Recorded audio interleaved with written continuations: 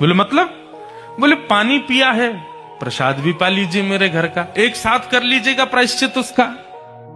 ब्राह्मण बालक तो लाल वर्ण का हो गया उसका चेहरा। तुम कह कैसे सकती हो मुझसे, मैं तुम्हारे घर का भोजन करूंगा।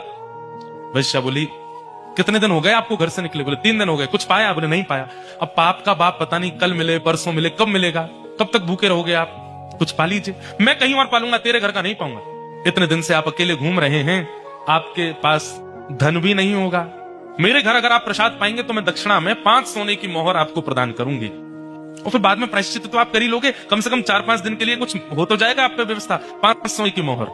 बालक ने कहा 5 सोने की मोहर ठीक है, मैं पा तो लूंगा, लेकिन मैं अपने हाथ से बनाऊंगा, तुम्हारे हाथ से बना हुआ नहीं पाऊंगा। हाँ ठीक है, मैं सीधा सामान दे देती हूँ, आप बना लेना। आटा दाल चावल सब रख दिया, गोबर का चौका लगा दिया, बोले आप बना लीजिए।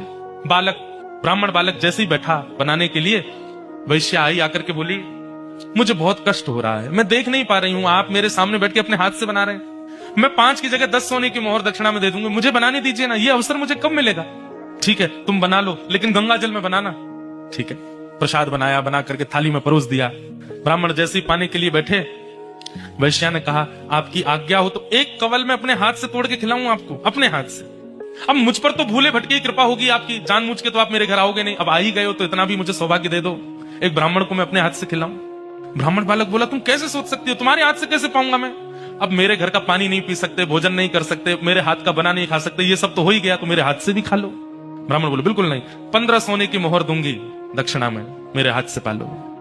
ठीक है, एक कवल खिलाना, फिर बाद में मैं अपने आप खाऊंगा। बोला हाँ ठीक है। एक कवल जैसे उठा के दिया, वैश्या ने कवल मुख में दे करके और एक हाथ घुमा करके दिया गाल पर, ताम्रवर्ण हो गया। क्या करती हो? बोले पाप के बाप से मिलवा रही हूं आपको। पाप का बाप कैसे? आप मेरे घर का पानी पीते नहीं पीते? क्यों पिया? बोले वो तो मैंने अनजाने में पिया। अनजाने में पिया तो फिर मेरे घर का भोजन क्यों किया? बोले वो तुम्हारी बड़ी श्रद्धा थी। बोले झूठ मत बोलिए, सोने की मोहर के कारण आपने किया। 5 सोने की मोहर के कारण मेरे घर का भोजन स्वीकार कर लिया, 10 सोने की मोहर के कारण मेरे हाथ का बना स्वीकार कर लिया, और 15 सोने की मोहर पर आप मेरे हाथ से खाने तक को राजी हो गए। अपने पिताजी को जाके बता दीजिए, पाप के बाप का नाम है लोभ। एक लोभ आपसे क्या क्या करवा देता है, ये आप खुद विचार करो।